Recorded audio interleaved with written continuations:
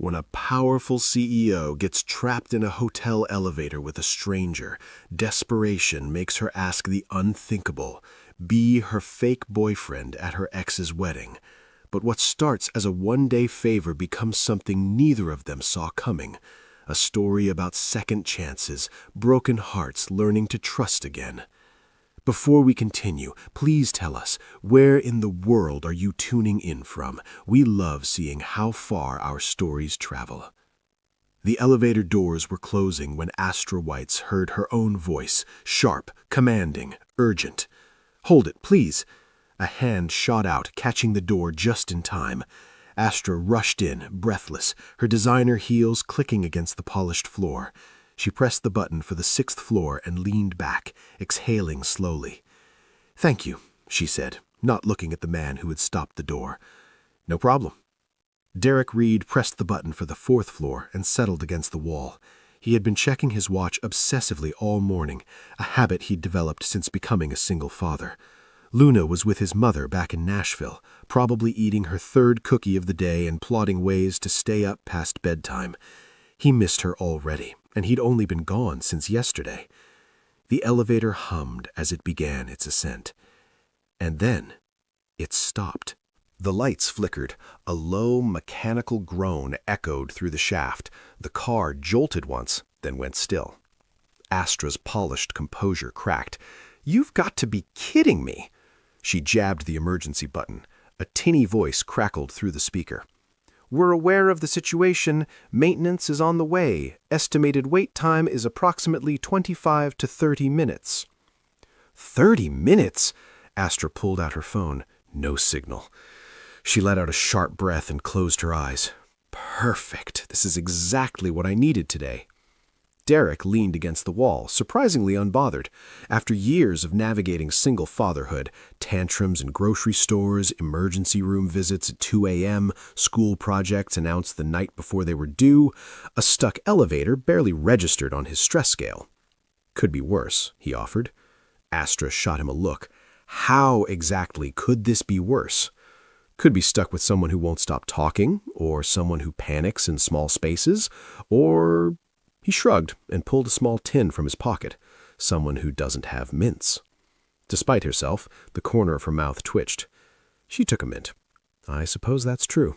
For a few minutes, they stood in silence. Derek noticed her checking her watch repeatedly, her fingers drumming against her purse with nervous energy. Whatever she had going on today, it was clearly weighing on her. He didn't pry. He had learned a long time ago that sometimes people needed space more than they needed conversation. But then she spoke. "I'm supposed to be scouting this venue." The words burst out as if they'd been building pressure inside her. "There's a wedding here on Saturday, my ex-fiancé's wedding, to the woman, my ex-bestie, he cheated on me with, at the same hotel where we were supposed to get married 3 years ago. Derek blinked. "That's a lot." "It gets better." Her laugh was hollow. "My mother RSVP'd on my behalf before I could stop her. So now I have to go. I have to sit there and watch him marry her while everyone whispers about poor Astra who couldn't keep her man, who's probably still not over it, who showed up alone like some pathetic—" She stopped abruptly, pressing her fingers to her temples. "I'm sorry. I don't know why I'm telling you this. You're a complete stranger." "Sometimes strangers are easier," Derek said quietly. "No history, no judgment. Just someone to listen." She looked at him then, really looked at him. He had kind eyes, warm brown with the kind of laugh lines that suggested he smiled often despite whatever weight he carried. He wasn't flashy or polished like the men she usually encountered. He seemed real. And then, before she could stop herself, she said something insane.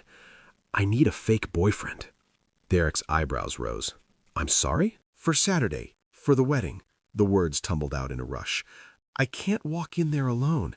I can't give them the satisfaction of seeing me defeated. I need someone to stand beside me, hold my hand, make it look like I've moved on. Just for one day, one event, and then we never have to see each other again." She was breathing hard now, her cheeks flushed with a mixture of desperation and embarrassment. "I know how this sounds," she continued. "I run a company. I manage hundreds of employees. I've closed deals worth millions of dollars. And here I am, trapped in an elevator, asking a complete stranger to pretend to be my boyfriend because I'm too proud to face my ex alone. Derek was quiet for a long moment. He glanced at his phone, at the lock screen photo of a little girl with wild curls and a gap-toothed smile, covered in what looked like finger paint. "What's your name?" he finally asked. She blinked, caught off guard by the question. "Astra. Astra Whites." "Derek Reed." He extended his hand and she shook it, her grip firm despite her obvious nerves. "What time on Saturday?" Astra stared at him. You're saying yes?" "I'm saying what time on Saturday." "The ceremony starts at 4, but I would need you there by 3 for photos and—" She stopped. "Wait, why? You don't know me. You don't owe me anything. Why would you agree to this?" Derek considered the question. He thought about all the moments in his life when he had felt utterly alone and wished someone, anyone, had been there to stand beside him. Sitting in hospital waiting rooms, signing documents he never thought he'd have to sign. Watching his daughter ask questions about her mother that he didn't know how to answer. "Because everyone deserves someone in their corner," he said simply, "even if it's just for one day, even if it's pretend." The elevator hummed back to life before she could respond. The car jolted slightly, then resumed its climb. When the doors opened on the 4th floor, Derek stepped out. "Give me your number," Astra called after him, "so I can send you the details." He turned back, pulled out his phone, and they exchanged contacts in the brief seconds before the doors began to close. "Saturday at 3, he said. "I'll be there." And then the doors slid shut, leaving Astra alone with her racing heart and the strangest feeling that her life had just shifted in a direction she never saw coming. The text came that evening while Derek was on a video call with Luna. "Daddy, when are you coming home?" His daughter's face filled the screen, her curls even wilder than usual. "2 more days, sweetheart. Are you being good for Grandma?" "Uh-huh. We made cookies, and she let me stay up late, and we watched the movie with the princess and the dragon, and—" "Luna, breathe," Derek laughed. "Sounds like you're having way more fun than I am. Are you at a boring meeting?" "Something like that." His phone buzzed, a text from an unknown number. "This is Astra, from the elevator. I still can't believe you said yes. Thank you. Details to follow." Derek smiled beside himself. "Who's that?" Luna asked, leaning closer to the screen with the suspicion only a 7-year-old could muster. "Just someone I met at the conference," Derek said smoothly. "Hey, I have to go, but I'll call you tomorrow, okay? I love you." "Love you too, Daddy. Bring me a present." "Luna!" But she had already ended the call, her laughter echoing before the screen went black. Derek stared at Astra's text for a moment, then typed back, "No problem. Let me know what I need to know." Her response came quickly. "Coffee tomorrow? We should probably get our story straight." Derek hesitated. He had a morning panel, but it ended at 11. 11:30. There's a cafe across from the hotel. See you there. The cafe was small and tucked away, the kind of place that felt like a secret. Derek arrived first, ordered black coffee, and claimed a corner table. He was scrolling through photos Luna's mother had sent, his daughter covered in flour, grinning like she'd just conquered the world, when Astra walked in. She looked different in daylight, still polished, still commanding, but softer somehow. She wore jeans and a simple sweater, her hair pulled back. Without the armor of a designer dress and heels, she looked human. "Hi," she said, sliding into the seat across from him. "Hi." They ordered coffee for her, a muffin for him, and for a moment, neither spoke. "So," Astra said finally, "I should probably tell you what you're walking into. That might help." She smiled, but it didn't reach her eyes. "Preston Langford. We were together for 4 years, engaged for 6 months. I thought he was it, the person I'd build a life with." She paused. Turns out he was building a life with someone else the entire time. "Your best friend," Derek said quietly, remembering what she'd said in the elevator. "Amanda. We met in college. She was my said-to-be maid of honor. She helped me pick out my wedding dress." Astra's voice was steady, but Derek could hear the edge underneath. "I found out 2 weeks before the wedding. Walked in on them at his apartment. Cliché, right?" "I'm sorry." "Don't be. I dodged a bullet." She took a sip of her coffee. "But my mother doesn't see it that way. She sees a daughter who couldn't keep a man, who focused too much on her career and not enough on being the perfect partner. So when the invitation came, she RSVP'd for me, said it would show everyone I'd moved on. Have you? Astra met his eyes. I don't know. I thought I had. But the idea of walking into that room alone, of everyone watching, waiting to see if I'll break. She trailed off. I just can't do it. Derek nodded slowly. He understood that feeling more she knew. The eyes on you, the pity, the way people tiptoed around grief like it was contagious. What about you? Astra asked. What's your story? Derek hesitated. He wasn't used to talking about this, especially not with strangers. But something about the way she'd opened up made it feel safe. I have a daughter, Luna. She's 7, smart as a whip, talks a mile a minute, has more energy than 3 kids combined. Astra smiled. I saw her on your lock screen. She's beautiful. She's everything. Derek's voice softened. My wife passed away 5 years ago. Well, that's all I have to say for now. He stopped. They sat in silence for a moment, 2 people carrying different kinds of loss. So, Astra said finally, her voice lighter, we should probably figure out how we met. People are going to ask. How about the truth? Derek suggested. We met in an elevator. She laughed, a real laugh this time. That's actually perfect. It's so absurd no one will question it. How long have we been together? 2 months? Long enough that it's serious, but not so long that people wonder why they haven't met you. Works for me. They spent the next hour crafting their story, filling in details, laughing at the absurdity of it all. By the time they left, Derek felt something he hadn't felt in a long time. A connection. Real and unexpected. Thank you, Astra said as they stood outside the cafe, for doing this, for not thinking I'm completely insane. We're all a little insane. Some of us are just better at hiding it. She smiled. I'll text you the final details. And Derek? Yeah? I'm glad the elevator broke down. Me too. Saturday arrived with the kind of weather that felt like a personal insult. Clear skies, gentle breeze, the kind of day that belonged on a postcard. Derek stood in front of the hotel mirror, adjusting his blue suit for the 3rd time. He hadn't worn this in over a year. Not since a friend's wedding where he'd spent most of the reception explaining to well-meaning relatives that no, he wasn't seeing anyone, and yes, Luna was doing just fine. His phone buzzed.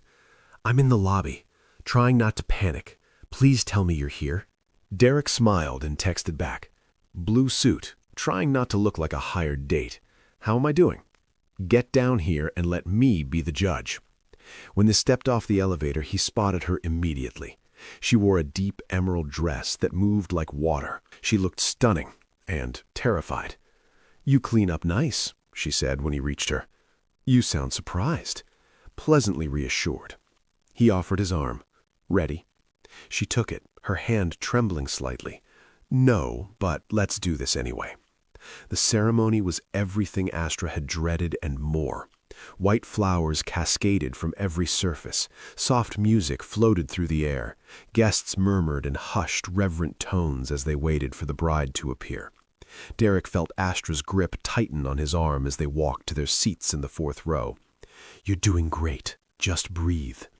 When Preston appeared at the altar, tall, polished, smug in his designer tuxedo, Derek felt Astra go rigid beside him.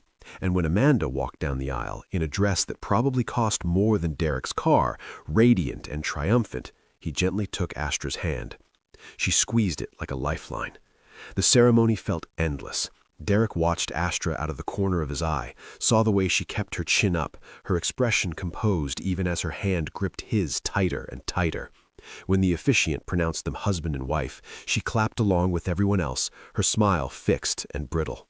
Almost over, Derek whispered. You're amazing. She turned to him, her eyes glistening. Thank you, she mouthed. The reception was worse. Every conversation felt loaded. Every smile directed at Astra seemed to carry an undercurrent of pity or curiosity or barely concealed schadenfreude. Astra, you look wonderful. We didn't expect you to come. And who is this handsome gentleman? You've been holding out on us. It's so brave of you to be here, really, so brave. Derek handled it with surprising ease. When people asked how they met, he smiled and said, Would you believe an elevator?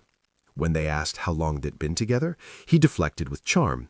Long enough to know she's extraordinary, short enough that I'm still trying to impress her. Astra watched him navigate her world, a world of sharp edges and hidden agendas, with grace she hadn't expected. He didn't belong here among the socialites and business moguls, but somehow he held his own. And then Preston appeared. He sauntered over with Amanda on his arm, champagne in hand, that familiar smirk that used to make Astra's stomach turn. "Astra, I'm so glad you could make it." His eyes slid to Derek, assessing, dismissing. "And you brought a date. How unexpected." "Preston," Astra kept her voice cool, "congratulations. The ceremony was lovely." "Wasn't it?" Amanda chimed in, her voice dripping with false sweetness. "I'm so glad you could be here to share our special day. I know things ended awkwardly between us, but I always hoped we could move past it." Astra felt Derek's hand tighten around hers, a silent question. She gave an almost imperceptible shake of her head. This was her battle. "Awkwardly?" Astra repeated, her voice deceptively calm. "Is that what we're calling it?" Amanda's smile flickered. "I just meant—" "You were my best friend." Astra's voice was low, controlled, but it carried enough edge to silence nearby conversations. "You helped me plan my wedding. You held my hand when I picked out my dress. And the entire time, you were sleeping with my fiancé." "Astra," Preston's voice held a warning. "No," she held up a hand. "You don't get to manage this moment. You sent me an invitation. You wanted me here, so here I am. And I'm not going to pretend that what you did was just awkward. It was a betrayal by both of you." Preston's face reddened. "You're making a scene." "Am I?" Astra tilted her head. "Funny. I thought I was just telling the truth, something neither of you seem particularly familiar with." Amanda's eyes darted around nervously. People were watching, whispering. This was not how the evening was supposed to go. "You need to leave," Preston hissed. "This is my wedding, and I won't have you—" "She's not going anywhere." Derek's voice was calm, but it cut through the tension like a blade. Preston turned to him, sneering. "Excuse me? Who do you think you are?" "I'm the man who's going to suggest, very politely, that you walk away before you embarrass yourself further." "Embarrass myself?" Preston laughed, but there was an edge of uncertainty in it. "This is my event, my day. You're nothing but some random guy she dragged here to save face."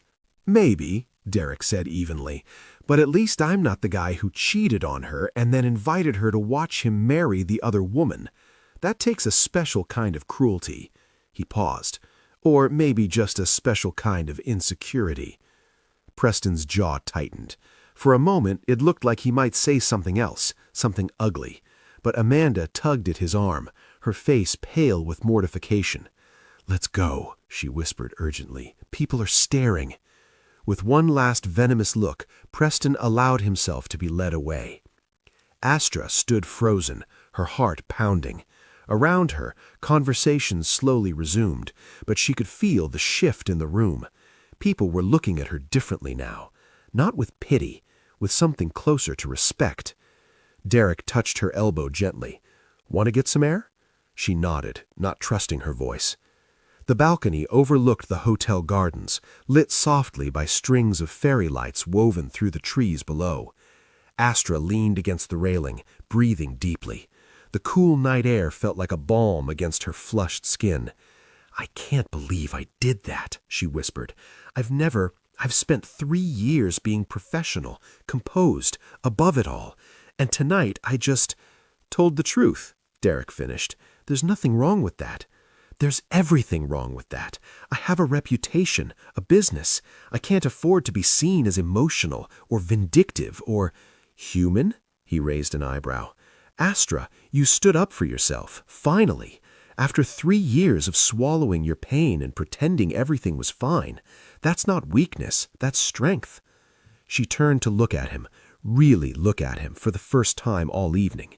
In the soft light, he seemed different, warmer, more present than anyone she had met in years. "Why did you really agree to this?" she asked quietly. "And don't say it's because everyone deserves someone in their corner. I want the real answer." Derek was silent for a long moment. He gazed out at the gardens, his expression thoughtful. "Can I tell you something?" he said finally. "Something I don't usually share with people I've known for less than a week? You've already defended my honor at my ex's wedding. I think we're past normal boundaries." A small smile tugged at his lips. Then it faded. Natalie started getting sick when Luna was 2. Headaches, fatigue, confusion.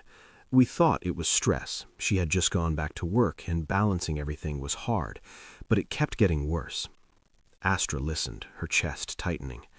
They diagnosed her with a rare autoimmune condition. It was attacking her nervous system, slowly shutting everything down. The doctors tried everything: experimental treatments, specialists, clinical trials. Natalie fought so hard. His voice cracked slightly. She fought for 18 months.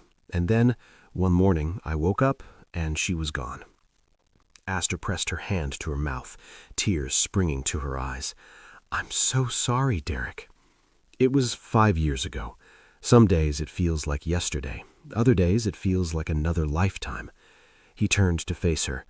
"But I remember what it felt like, walking into rooms full of people and feeling invisible, putting on a brave face when I was falling apart inside, wishing, just once, that someone would show up and stand beside me without expecting anything in return."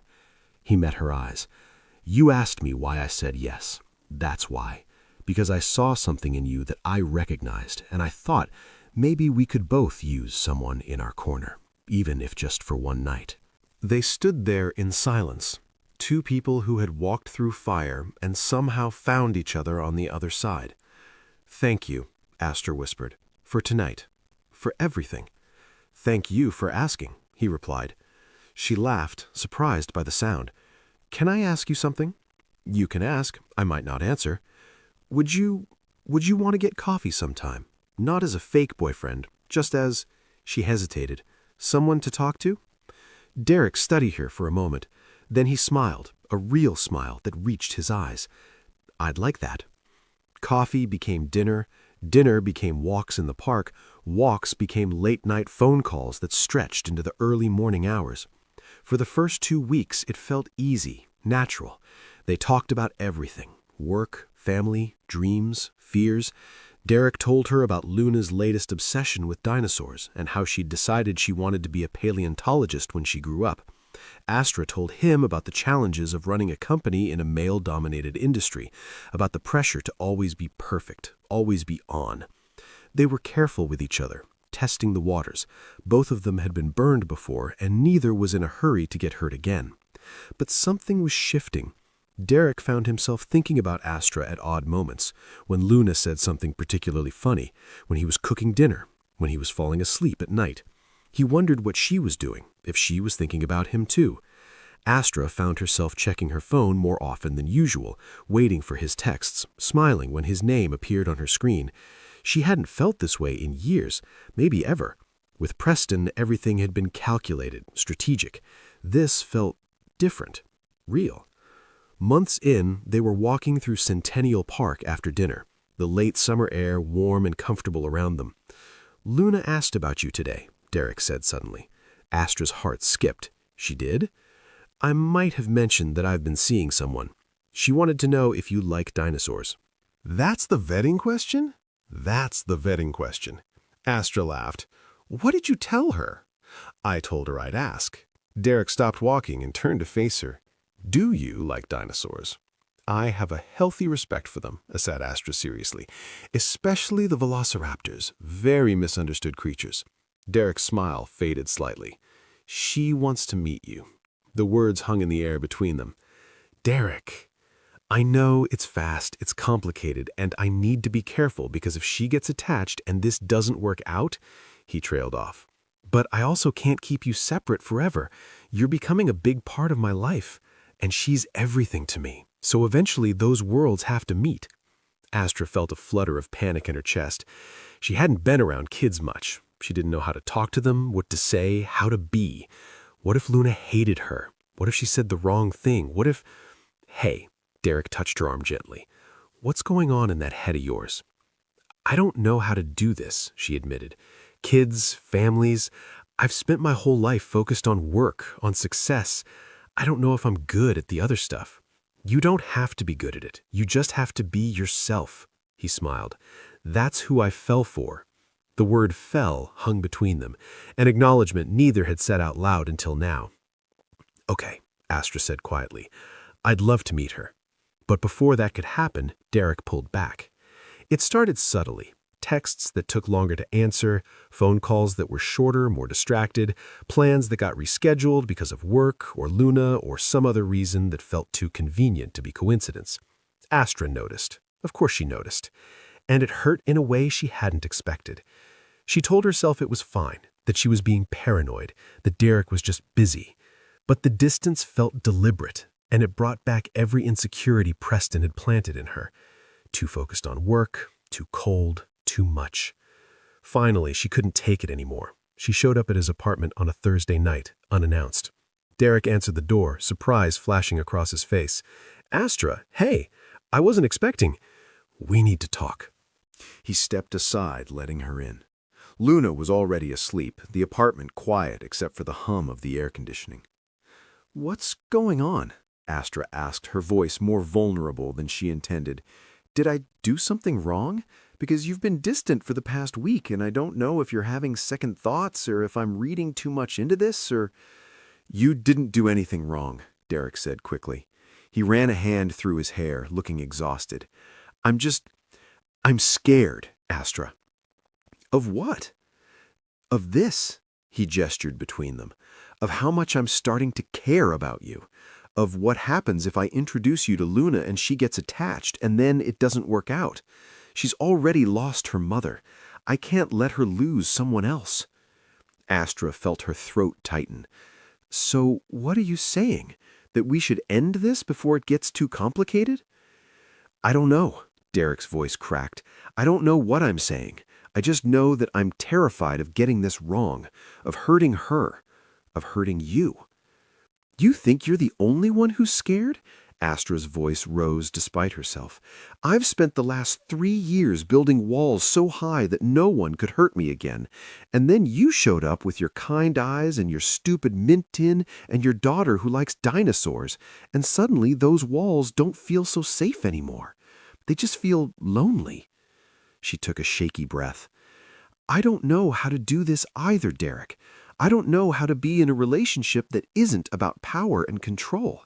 I don't know how to be vulnerable without feeling like I'm going to break. But I'm trying, because you're worth it, because this is worth it." Derek stared at her, something shifting in his expression. "I don't want to lose you," he said quietly, "but I don't know how to do this without protecting Luna." "Then we figure it out together," Astra said. "We go slow. We communicate. We don't make promises we can't keep, but we don't run away just because it's scary." Derek was quiet for a long moment. Then he nodded. "Okay," he said, "together."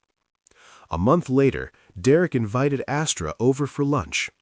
She stood outside his apartment door, her heart pounding so hard she could hear it in her ears. She was holding a gift bag with a book inside, The Ultimate Dinosaur Encyclopedia. Luna approved, according to Derek. The door opened. Luna stood there, all wild curls and curious eyes, wearing a T-shirt with a T-Rex on it. "Are you Astra?" she asked. "I am. Are you Luna?" "Uh-huh. Daddy says you don't know much about dinosaurs." Astra knelt down to Luna's level. "That's true. I was hoping you could teach me." Luna's eyes lit up. "Really? Really? I brought you something." She held out the book. Luna gasped and clutched it to her chest like treasure.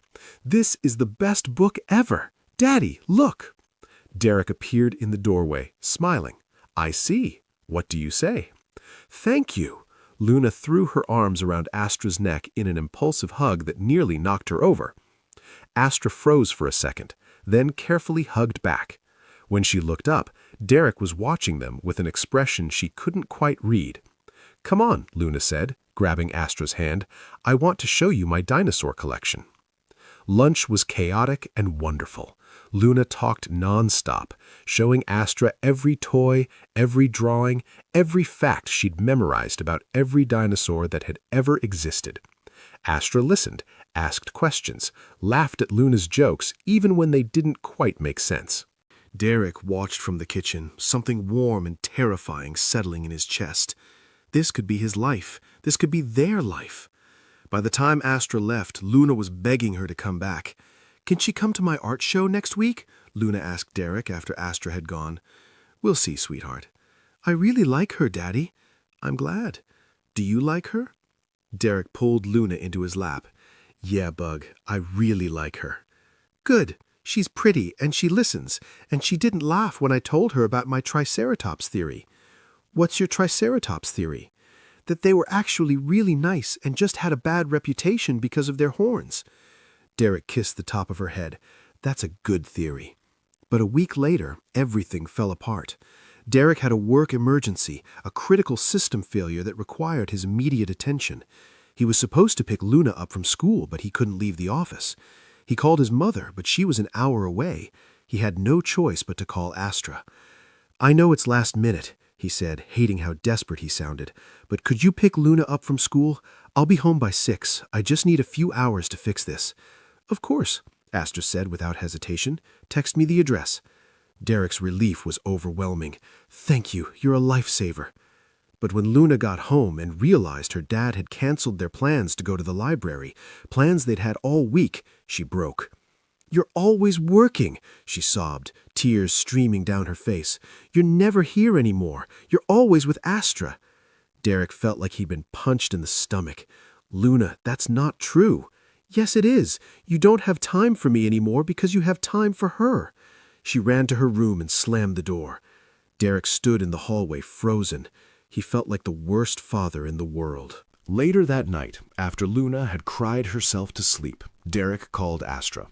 "I can't do this right now," he said, his voice thick with exhaustion and guilt.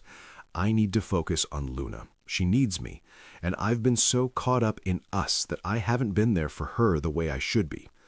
Astra felt her heart crack. "Derek, I'm sorry, I need some space to figure out how to do this right." "How much space?" "I don't know." The line went quiet. "Okay," Astra said finally, her voice small. "Okay." A week passed, then another. Astra threw herself into work, staying late at the office, taking on projects she didn't need to take on, anything to avoid thinking about Derek and Luna and the family she'd almost had. She told herself she understood, that Derek was doing the right thing, that Luna had to come first. But it still hurt like a physical wound. Luna's art show was on a Tuesday afternoon.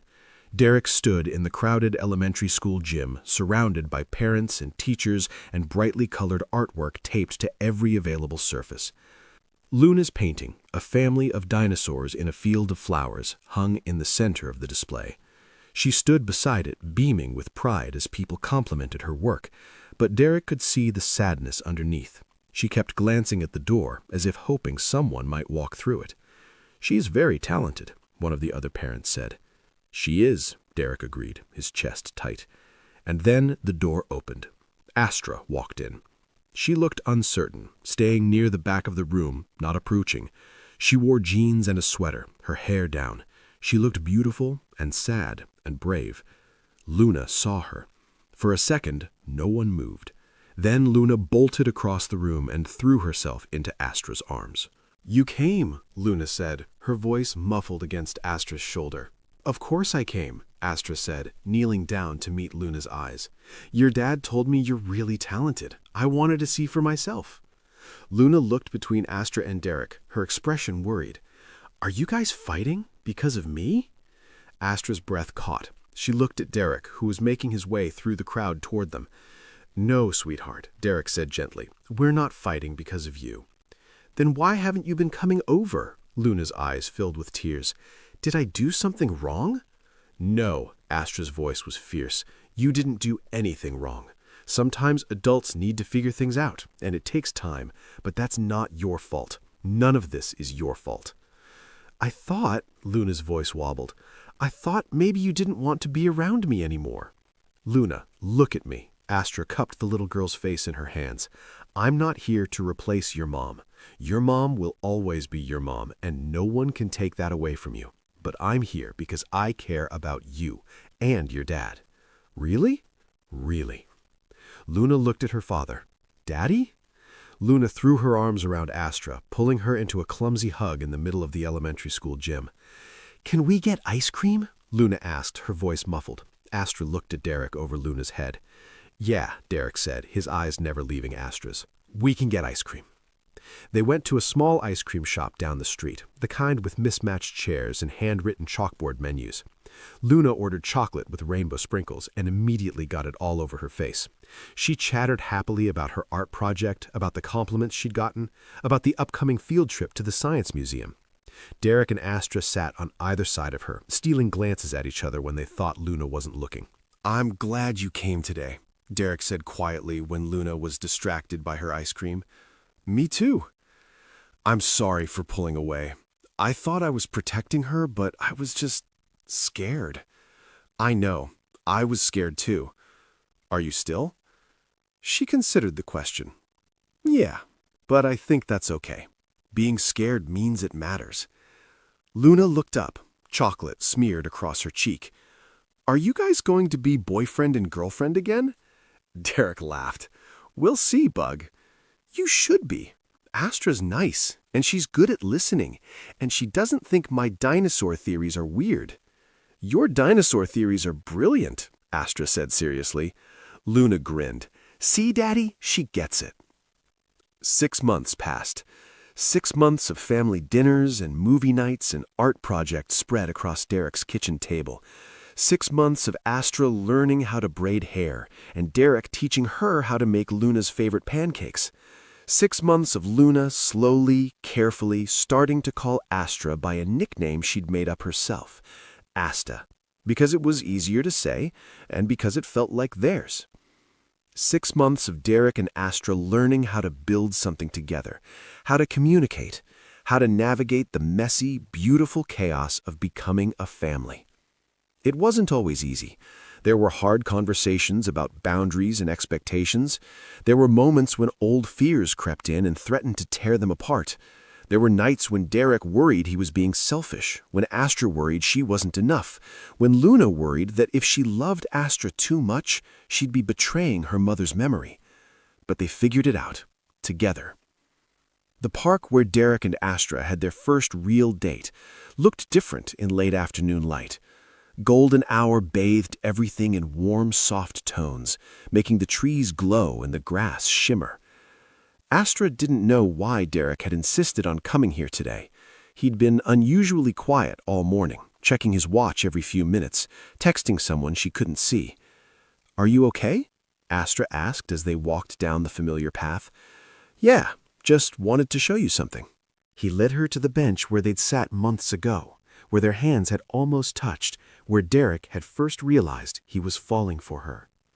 Luna was waiting there. She wore a dress, something Astra had never seen her in before, and she was bouncing on her toes with barely contained excitement.